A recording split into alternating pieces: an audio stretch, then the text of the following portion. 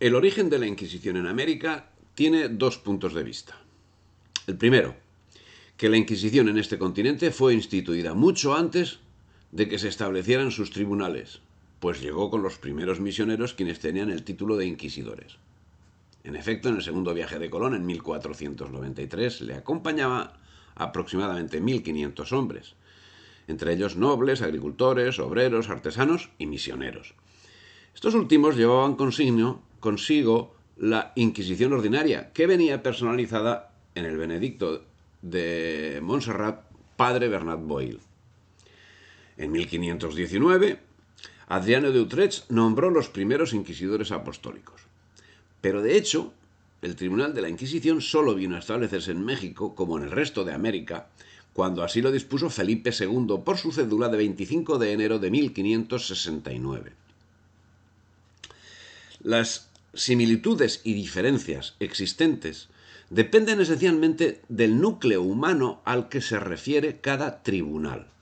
Es en esencia idéntico el Tribunal de Lima al Tribunal de Cuenca, aunque su concepción, como la concepción del imperio, pretenda ser maquillada por el que escribe obstinándose en ver colonias donde no hubo sino provincias. Por eso hay quien afirma que, a pesar de tratarse de una misma institución, las particularidades propias de las colonias hispanoamericanas originaron no pocas diferencias con el funcionamiento del Santo Oficio peninsular. Entre las más importantes debemos mencionar la exclusión del fuero inquisitorial de la mayor parte de la población al haberse exceptuado a la masa indígena de la jurisdicción del tribunal. Lo dice Gabriel Bernat. Algo podemos entresacar de este párrafo marcado por el marchamo europeo, manifiestamente antihistórico en lo relativo a tratar de colonias a los territorios de ultramar. Y es que la población indígena ahí sí acierta el señor Bernat, estaba excluida de las acciones del tribunal. El emperador Carlos, en 1523, libraba una pragmática que decía: ordenamos y mandamos a nuestros virreyes, audiencias y gobernadores de las Indias que en todas aquellas provincias hagan derribar y derriben, quitar y quiten los ídolos, ares y adoratorios de la gentilidad y sus sacrificios, y prohibían expresamente con graves penas a los indios idolatrar y comer carne humana, aunque sea de los prisioneros y muertos en la guerra, y hacer otras abominaciones contra nuestra santa fe católica y toda razón natural, y haciendo lo contrario los castiguen con mucho rigor. Nótese las formas de expresarse el emperador: en todas aquellas provincias. Y el mandamiento es que se evite que los indios coman carne humana. Pero se puede decir bastante más si atendemos a lo acontecido tras la conquista, si asumimos que ni esta conquista ni ninguna conquista se lleva a cabo aplicando estrictamente actos de cortesía. Así, la supervivencia de los incas fue paralela en muchos aspectos a la perpetuación del estatus de los parientes y descendientes de Moctezuma.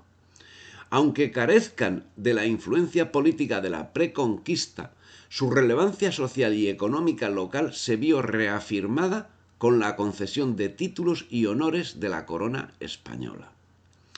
Asimismo, las familias mayas más nobles, tras arduas negociaciones prolongadas durante varios años, lograron preservar, en la mayoría de los casos, un estatus de dirigente comunitario local a cambio de la aceptación de la autoridad política española en el nivel regional.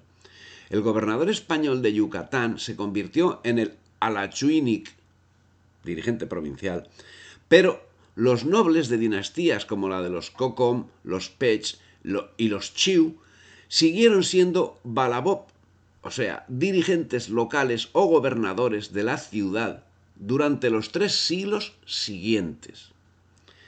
Tras la conquista militar, estaba la conquista espiritual de los naturales de América. Debía ser divulgada una forma de vida que con sus errores era manifiestamente más ordenada, y para ello debía llevarse a cabo la labor que justificaba todo el hecho de la conquista, la evangelización. Y es que la verdad cristiana no significaba solamente una fe religiosa, era en rigor la expresión radical de un mundo cultural. Y cuando el colonizador obraba en nombre de esa cultura, no sólo afirmaba el sistema de fines que ella importaba, sino el conjunto de medios instrumentales y de técnicas de esa cultura. La conquista militar estaba justificada porque apoyaba lo que realmente importaba al reino español, al reino hispánico, la conquista espiritual. Para garantizarla se entendió que, así como se había procedido a la expulsión de los judíos de España, no podía permitirse que se trasladasen a América. Con esa premisa no era desconocido ni podía serlo que había al menos 6 judíos, crípticos o no, marranos o sinceramente convertidos al catolicismo, que viajaron con Colón en su primer viaje, incluyendo a Rodrigo de Triana, Maestre Bernal, quien trabajó de médico para la expedición, y Luis de Torres, el intérprete que hablaba hebreo y árabe, que se creían lenguas útiles en Oriente. Su destino, el destino del que partieron de palos. En los siguientes años, judíos o criptojudíos se establecieron en Nueva España y en las posesiones portuguesas en el Caribe, donde se creían fuera del alcance de la Inquisición. Algunos participaron en la conquista, y Bernal Díaz del Castillo describe varias ejecuciones de soldados en las fuerzas dirigidas por Hernán Cortés durante la conquista de México, a consecuencia de que eran falsos conversos. El problema, no obstante las medidas tomadas en España, iba a ir creciendo en América. En 1509, el rey Fernando, ordenaba a Diego Colón, gobernador de la Española, que para la conservación de los indios en la fe católica no consintiese que fuesen a poblar aquellas tierras moros, ni herejes, ni judíos, ni reconciliados, ni personas nuevamente convertidas a nuestra santa fe.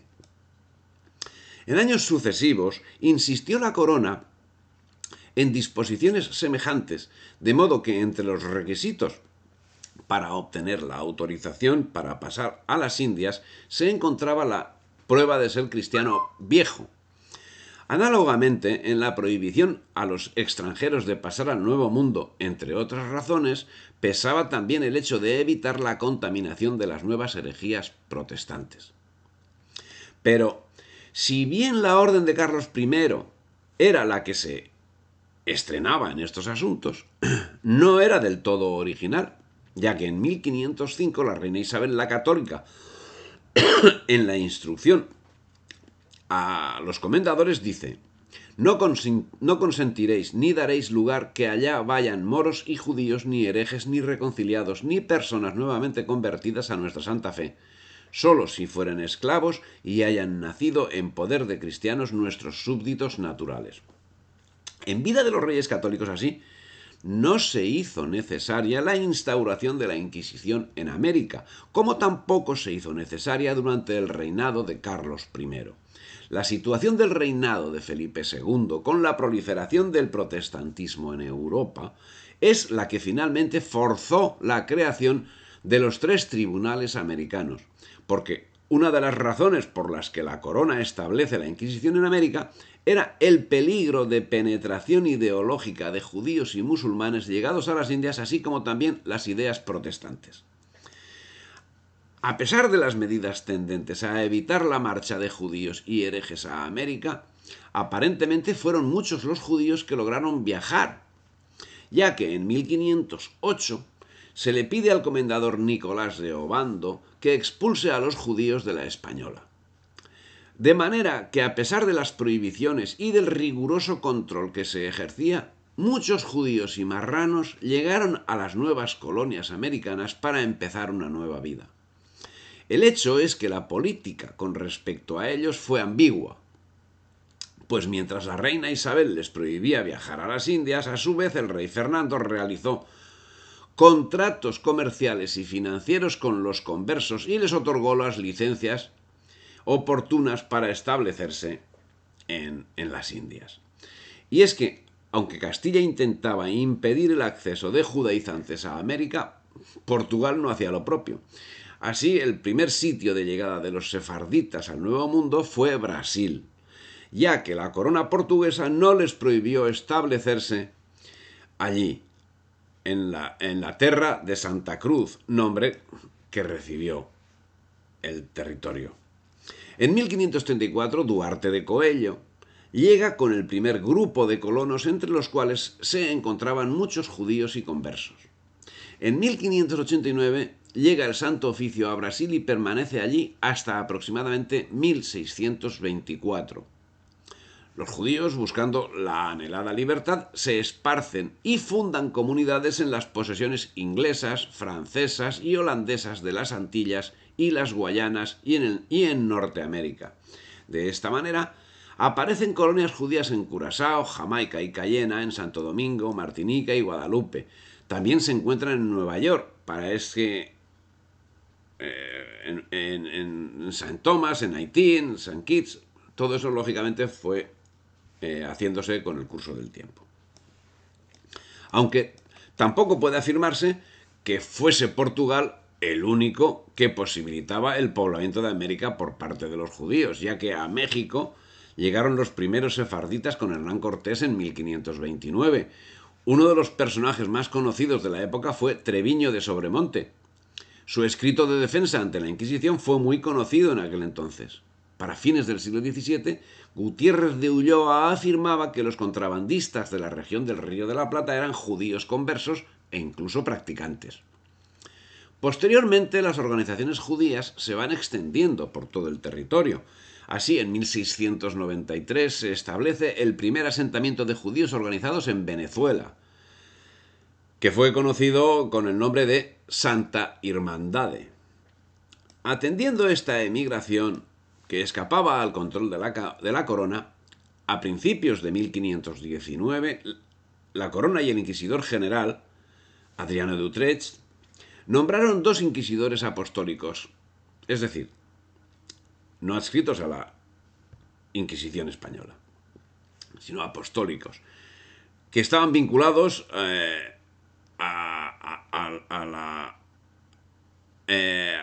la jurisdicción pontificia que respaldaba el tribunal y, por tanto, exentos de la episcopal. Eran Alonso Manso, obispo de San Juan, Puerto Rico, y Fray Pedro de Córdoba, provincial de la Orden de Santo Domingo, quienes recibieron poderes inquisitoriales sobre todo el territorio de las Indias conocido, que igual era las Antillas, Castilla del Oro, Panamá y las costas de Venezuela. No obstante, este hecho no determina la creación de ningún tribunal ni implica dependencia de la estructura jerárquica de la Inquisición, sino que depende exclusivamente del obispo.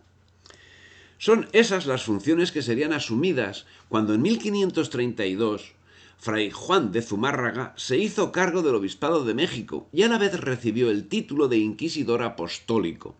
Entre sus actuaciones inquisitoriales se cuenta el conocido proceso por idolatría al cacique don Carlos de Texcoco, quien fue relajado al brazo secular y acabó en la hoguera en 1539. La severidad de la condena mereció la reprobación de la corona al obispo e influyó después en la determinación del gobierno real de excluir del tribunal de la Inquisición a los indios recién convertidos. Exclusión que quedará reflejada en la recopilación de las leyes de los reinos de Indias de 1681. Pero ya Felipe II, por Real Cédula de 22 de noviembre de 1540, prohibía que se impusiese la pena de muerte a los indios, ya que eran plantas verdes en la fe. En el conjunto de su actuación, Fray Juan de Zumárraga formó 131 procesos, de los cuales 118 eran contra españoles y el resto contra indios, y resultando uno ejecutado. Tras esto, se sustrajo a los indios de la jurisdicción del Santo Oficio, por estar prohibido, dice la Real Cédula de 23 de febrero de 1575, a los inquisidores apostólicos el proceder contra los indios. Y es que, como ya había sucedido en la Castilla del siglo XV, la instauración del tribunal en América era reclamada en diversas instancias. Un ejemplo de tales peticiones a la Suprema lo tenemos en Pedro de Peña, dominico, obispo de Quito, en 1563, quien escribió al inquisidor general cardenal Espinosa que en estos reinos es tanta la licencia para los vicios y pecados que si Dios nuestro Señor no envía algún remedio, estamos con temor no vengan estas provincias a ser peores que las de Alemania. La situación debía ser llamativamente inmoral en aquellos momentos en el Nuevo Mundo, ya que no era solo el obispo de Quito quien reclamaba la instauración del Santo Oficio.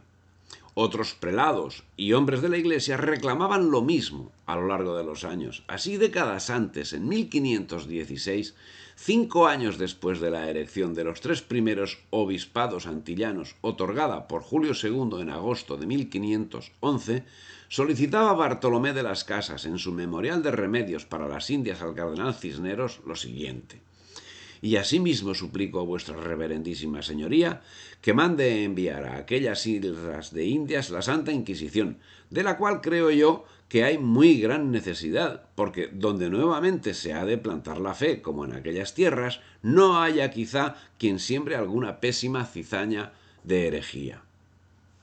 Fruto de esa petición, en sintonía con la adhesión de Cisneros a la Inquisición, legada por los Reyes Católicos, fue el decreto de 21 de julio de 1517, dirigido a los 3 obispos americanos, Santa María del Darién en Panamá, Santo Domingo y Concepción de la Vega en la Española, por el que los instituye inquisidores apostólicos, dándoles facultad para proceder judicialmente contra los presuntos herejes. El 8 de noviembre de ese mismo año fallecía el cardenal Cisneros y el decreto quedó paralizado hasta la revisión conjunta de la política indiana que haría el nuevo gobierno con Carlos I. Finalmente, ya en el reinado de Felipe II, se procede a la instauración de 3 tribunales para atender la necesidad del Nuevo Mundo. Sus sedes fueron Lima, México y Cartagena. La implantación del tribunal se realizó el 29 de enero de 1570 en Lima por el inquisidor Serván de Cerezuela y el 4 de noviembre del 71 en México por Pedro Moya de Contreras, que sería el 3er arzobispo mexicano. Ante la dificultad de atender el enorme distrito que abarcaban, una real cédula de 8 de mayo de 1610 erige un 3er tribunal con sede en Cartagena, que cubría las Antillas, Venezuela y Colombia. Este inicia sus tareas el 30 de noviembre de ese mismo año con Juan de Mañozca y Pedro Mateo de Salcedo como inquisidores. La jurisdicción más detallada comprendía el reino de Nueva Granada, Tierra Firme, la Española, la isla de Barlovento, provincias dependientes de la Audiencia de Santo Domingo, y los obispados de Cartagena, Panamá, Santa María, Puerto Rico, Popayán, Venezuela y Santiago de Cuba. La preocupación de la corona por dejar fuera del ámbito inquisitorial a los indígenas, presente desde el momento del descubrimiento, es remarcada nuevamente por el monarca prudente. El 16 de agosto de 1570, la Real Cédula de Felipe II, creando el Tribunal de Nueva España, disponía: no habéis de proceder contra los indios del dicho vuestro distrito, con lo que venía a apoyar las medidas que ya se venían aplicando. El aparato inquisitorial se adaptó a la estructura de la administración civil y eclesiástica. Se erigieron 2 tribunales que abarcarían los territorios de los 2 virreinatos existentes en el Nuevo Mundo, Nueva España y Perú, y que tendrían su sede en las capitales respectivas, México y Lima. Se establecía así una red que era exigua comparada con la peninsular, en la que había 250 comisarios y familiares para el distrito limeño frente a los 1.215 del distrito de Zaragoza, 12 familiares en Lima frente a los 78 en Córdoba y o 57 en Valencia. Decía, se os advierte, decían las instrucciones, se os advierte que no habéis de proceder contra los indios. Es nuestra voluntad que solo uséis de ello contra los cristianos viejos y sus descendientes, y las otras personas contra quien en estos reinos se suele proceder.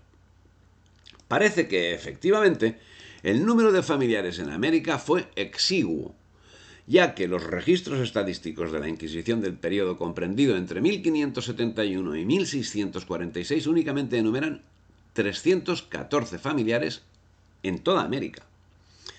El problema de la familiatura se agudizó aún más con la crisis del Santo Oficio, quizá afectada por la crisis político-administrativa que el tribunal padeció a mediados del siglo XVII. En las primeras décadas del XVIII, las comisarías se sumergieron en un proceso de descomposición social que redujo de manera considerable el número de los funcionarios que ya eran exiguos. En cédula fechada el 25 de enero de 1559,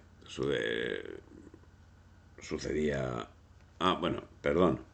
La Inquisición se creó en el Virreinato del Perú y en el de Nueva España como órgano dependiente del Secretario de Aragón, por orden de Felipe II, según Real Cédula fechada el 25 de enero de 1569. Esta dependencia se refleja en el número reducido de funcionarios destinados a estos dos tribunales, aproximadamente la mitad o un tercio de lo que asignaban al Tribunal de Toledo.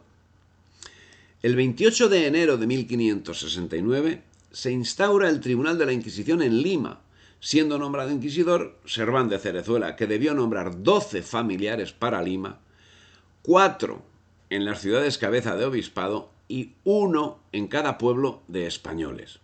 Su jurisdicción abarcaba los obispados de Panamá, Quito, El Cuzco, Las Charcas, Río de la Plata, Tucumán, Concepción y Santiago de Chile, y de todos los reinos, estados y señoríos de las provincias de Perú y su virreinato y gobernación y distrito de las audiencias reales que en las dichas ciudades, reinos, provincias y estados residen por autoridad apostólica.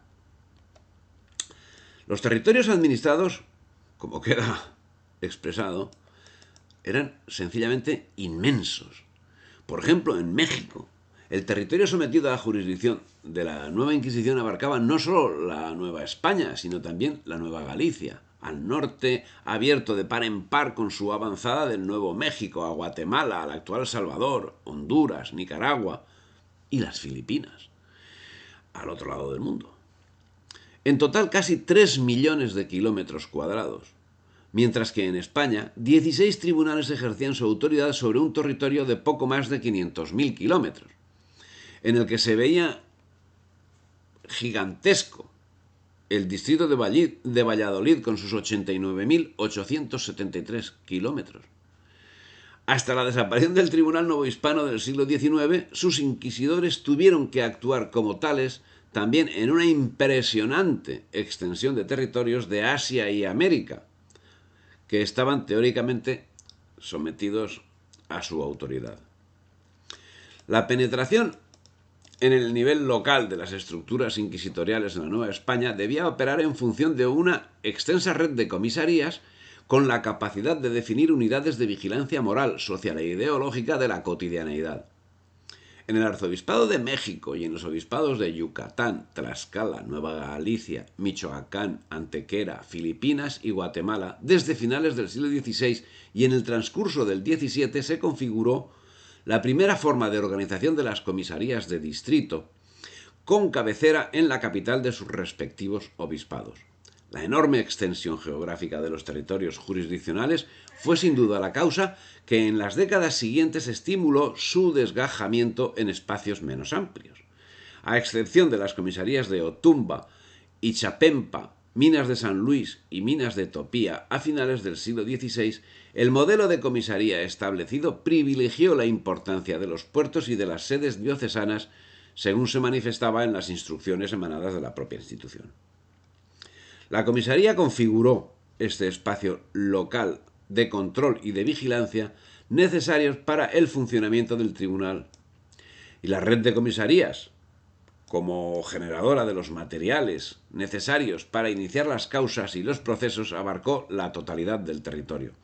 La finalidad de la comisaría consistió, como representación inquisitorial, en garantizar la existencia local de un órgano rector de las ideas, de las conductas y de las prácticas cotidianas. Esto no significa que existiera una persecución incisiva contra los infractores, sino que su objetivo era recoger las denuncias e interrogar a los testigos. El resultado de todo este gran aparato, porque era un gran aparato, era que, como sucedía en el mundo agrícola de España, pero en una medida mucho mayor, la presión de la Inquisición era sencillamente inexistente, ya que en la práctica residía en el párroco, cuyas funciones principales no eran las de la Inquisición. La mayor parte de la población, de hecho el 80%, permanece totalmente ajena al procedimiento inquisitorial, y eso sucedía por dos razones. Una, al quedar exentos del fuero del Santo Oficio, los indígenas no podían ser inculpados. Y dos, el peso del contexto sociocultural los excluye prácticamente de la función de denunciantes. Así que la Inquisición mexicana funcionaba por y para el 20% de la población, unas 450.000 personas aproximadamente entre españoles, metropolitanos y criollos, europeos en general, mestizos, africanos, que curiosamente sí entraban en mulatos y asiáticos, puesto que la única condición para que interviniera el Santo Oficio era que el sujeto fuese cristiano. Una vez ya instaurada la Inquisición y saltándose lo instruido al respecto,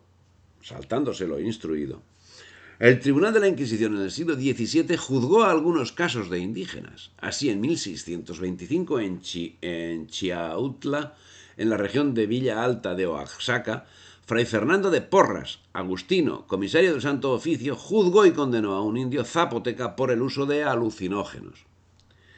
Hay que señalar que la palabra condenó no implica que lo condenaba a la hoguera. Pudo condenarlo a rezar un rosario. El dato concreto es desconocido para mí.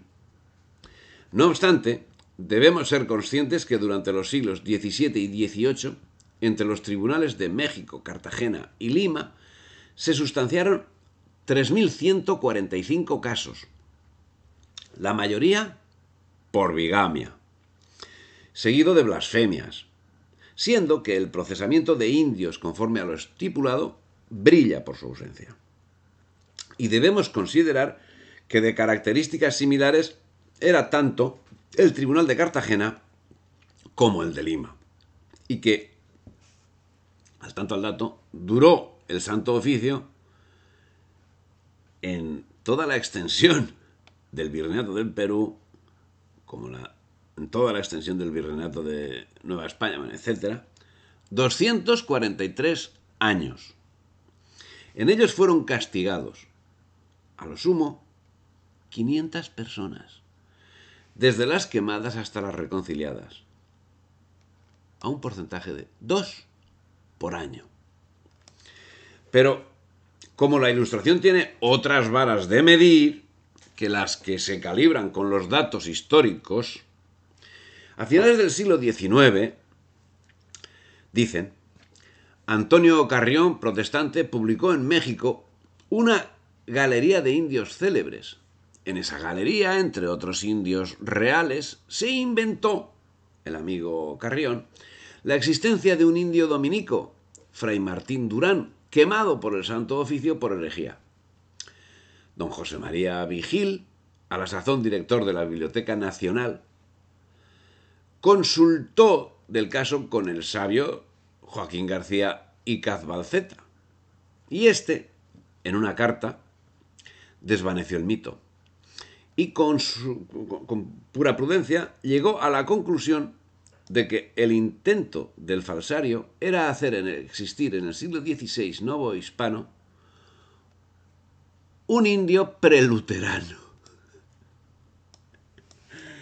La actividad inquisitorial en América se nutrió en gran medida de piratas al servicio de Su Majestad Británica, ya que las posesiones españolas fueron objetivo de continuos ataques de los corsarios, unas veces corsarios, y cuando no eran corsarios eran piratas, pero eran la misma persona, ingleses, holandeses y franceses, en los cuales las atrocidades que cometían eran alimentadas por sus convicciones religiosas anticatólicas. Los piratas tenían como común denominador ser protestantes extranjeros, animados por una insaciable sed de riquezas, sólo comparable a su odio a España y a la religión católica. Curiosamente, aunque siempre conforme a la práctica de la Inquisición, la enorme mayoría de los enjuiciados por tales motivos fueron reconciliados y tratados muy benignamente. Hemos visto que conforme a las instrucciones dadas a los inquisidores, se exceptuó de su jurisdicción en materias de fe a los indios. En la número 36 de aquellas instrucciones se lee textualmente: ítem, se os advierte que por virtud de vuestros poderes no habéis de proceder contra los indios del dicho nuestro distrito, porque por ahora, hasta que otra cosa se ordene, es nuestra voluntad que sólo uséis de ellos contra los cristianos viejos y sus descendientes y las otras personas contra quienes en estos reinos de España se suele proceder. Y en los casos de que conociéredes, iréis con toda templanza y suavidad y con mucha consideración, porque así conviene que se haga de manera que la Inquisición sea muy temida y respetada, y no se dé ocasión para que con razón se le pueda tener odio. No obstante, luego se clamó porque se derogase esta excepción debido al uso de la coca, pero la Inquisición siguió manteniéndose firme en lo instruido. Pero la actividad la desarrollaría la Inquisición, además de la llevada sobre los piratas al servicio de sus majestades europeas, se centraría en instaurar el orden inexistente en muchos aspectos, principalmente el moral, ya que muchos, amparados en la distancia geográfica que los separaba de sus obligaciones en la península, incidían manifiestamente en la bigamia. Fray Pedro de la Peña, obispo de Quito, escribía que casados dos veces hay muchos, una en España y otra por acá. Parece que lo que se perseguía era la bigamia, no las relaciones extramatrimoniales, sobre las que parece se hacía un tanto la vista gorda, a tenor de las noticias que la historia nos da, sin ir más lejos, de las existentes entre Hernán Cortés y Malinche. Y es que, parece, la Inquisición no tenía en principio nada que decir respecto a la fornicación cometida por hombre y mujer. Cabía, sin embargo, suponer, y a partir de ello debía procederse a la oportuna averiguación, si fornicaban por creer que no había pecado en la unión carnal, lo que evidentemente contradecía un mandamiento cristiano. Así la Inquisición no perseguía la fornicación, que es un delito ligado estrictamente con la concepción espiritual, pero sí perseguía, por ejemplo, la bigamia, que es un delito social, y muy especialmente la solicitud de relaciones sexuales de clérigos a sus feligresas. De hecho, en América predominan los procesos por bigamia, hechicería, supersticiones varias, así como una gran proporción de causas contra clérigos solicitantes que a las beatas las atraían a la cama. No obstante, hubo un porcentaje bajo de procesados por judaísmo. Singular fue el caso de Fray Francisco de la Cruz, en cuyo proceso se manifiesta hereje con principios propios de arrianismo, con capacidad intelectual para defenderlos, manifiestamente contrario en todos los órdenes al orden establecido. Fue relajado tras 5 años de proceso. Antonio Gutiérrez de Ulloa, segundo inquisidor general de Lima, celebró el primer auto de fe en el Nuevo Mundo el 15 de noviembre de 1573, con una persona relajada. El Tribunal de Lima, desde el momento de su fundación, en 1570 hasta 1820, en que fue abolido, sentenció, según René Millar Carbacho, aproximadamente a 1.700 reos. De ellos condenó a muerte a unas 50 personas. Se excede, fueron 32. De las cuales 30 fueron condenadas a la hoguera y el resto salieron en estatua. El periodo de mayor actividad corresponde a las primeras décadas de la institución, como ya hemos señalado, en las que se concentra el 45% de todas las causas sentenciadas por el tribunal en su historia. En la última fase, que comprende desde mediados del siglo XVIII hasta su extinción, la actividad disminuye de manera sustancial. En este periodo fueron sentenciados aproximadamente un aproximado de una causa y fracción al año, cifra bastante inferior a la de la primera mitad del siglo XVII, que eran de 5 causas al año. Bien, en el siglo XVIII, investigadores de la Inquisición en América cifran las sentencias del Tribunal de Lima en 28 relajaciones. Insisto, no fueron 28, fueron 31. 359 abjuraciones, 124 reconciliaciones, 34 absoluciones y 54 causas suspendidas, siendo que entre 1570 y 1635 hubo 790 procesos, debiendo señalarse que los historiadores señalan que el número de relajaciones en toda Hispanoamérica fue de 25 o 30 penitenciados, cuestión que es remarcada por Salvador de Madariaga, quien señala que solo en Inglaterra, bajo la dinastía de los Tudor, las víctimas de la persecución religiosa, ya de católicos, ya de reformados, exceden de 500.